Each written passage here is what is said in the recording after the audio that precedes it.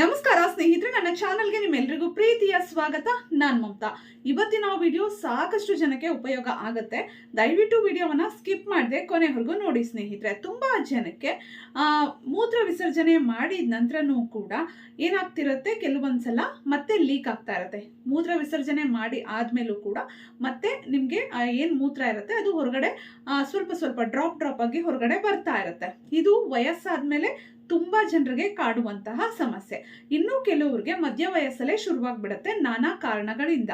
ಮೂತ್ರವನ್ನ ತಡೆದಿಟ್ಕೊಳ್ಳೋದಕ್ಕೂ ಆಗೋದಿಲ್ಲ. ಮೂತ್ರ ವಿಸರ್ಜನೆ ಮಾಡಿದ್ಮೇಲೂ ಕೂಡ ಅವ್ರಿಗೆ ಸ್ವಲ್ಪ ಸ್ವಲ್ಪ ಡ್ರಾಪ್ ಆಗಿ ಆ ಮೂತ್ರ ಹೊರಗಡೆ ಬರ್ತಾ ಇರುತ್ತೆ. ಇದರಿಂದ ಅವ್ರಿಗೆ ತುಂಬಾ ಹಿಂಸೆ ಆಗ್ತಿರತ್ತೆ.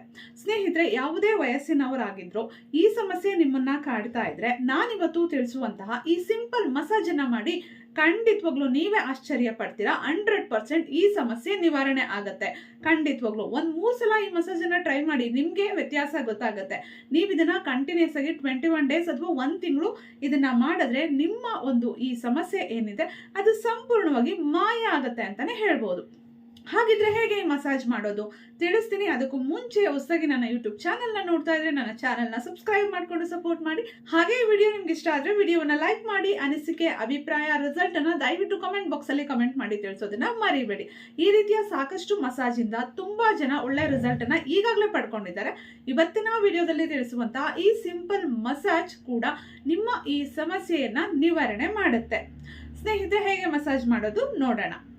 ನಂತರ ನಿಮ್ಮ ಬ್ಲಾಡರ್ ಸೈಡ್ ಅನ್ನ ಕೆಳಮುಖವಾಗಿ ಈ ರೀತಿ ಪುಷ್ ಮಾಡಬೇಕು. 1 2 3 4 5 6 7 8 9 10.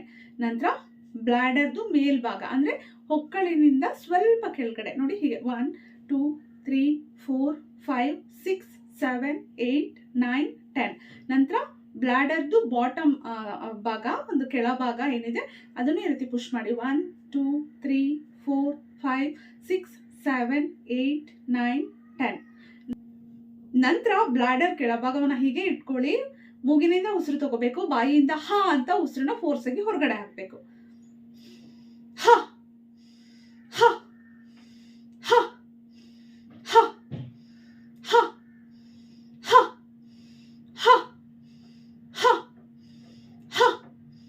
ಹ ಹ ಹ. ನಂತರ ಹೀಗೆ ಪ್ರೆಸ್ ಮಾಡಿ 10 ಸೆಕೆಂಡ್ಸ್ ಹಾಗೆ ಇಟ್ಕೊಳ್ಳಿ. 1 2 3 4 5 6 7 8 9 10. ನಂತರ ಈ ರೀತಿ ಮಸಾಜ್ ಮಾಡ್ಕೊಳ್ಳಿ. ನಿಮ್ಮ ಮೇಲ್ಹೊಟ್ಟೆಯ ಭಾಗವನ್ನ ಈ ರೀತಿ ಮಸಾಜ್ ಮಾಡಬೇಕು.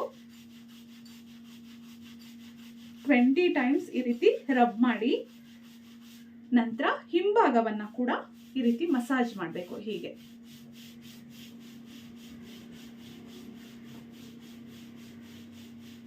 ಈ ರೀತಿ ಮಸಾಜ್ ಮಾಡ್ಕೊಳ್ಳಿ.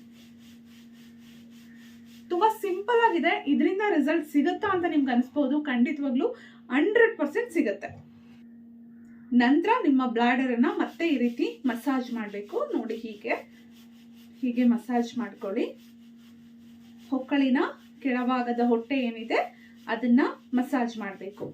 ನಂತರ ಈ ರೀತಿ ಜಸ್ಟ್ ಪ್ರೆಸ್ ಮಾಡಿ.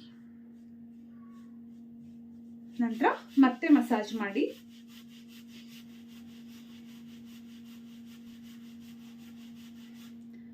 ನಂತರ ಈ ರೀತಿ ಪ್ರೆಸ್ ಮಾಡಿ ಇಟ್ಕೋಬೇಕು. ನಂತರ ಉಸಿರನ್ನ ತಗೊಂಡು ಉಸಿರನ್ನ ಬಾಯಿಯಿಂದ ಹೊರಗಡೆ ಹಾಕಿ. ಮೂಗಿನಿಂದ ಉಸಿರು ತಗೋಬೇಕು, ಬಾಯಿಯಿಂದ ಹ ಅಂತ ಉಸಿರನ್ನ ಹೊರಗಡೆ ಹಾಕಬೇಕು. ಬ್ರೀತ್ ಇನ್, ಹ ಹ ಹ ಹ ಹ ಹ. ಈ ರೀತಿ ಒಂದು 5 ಟೈಮ್ಸ್ ಮಾಡಿ. ಮತ್ತೆ ಹಿಂಭಾಗವನ್ನ ನೋಡಿ ಈ ರೀತಿ ಮಸಾಜ್ ಮಾಡ್ಕೋಬೇಕು.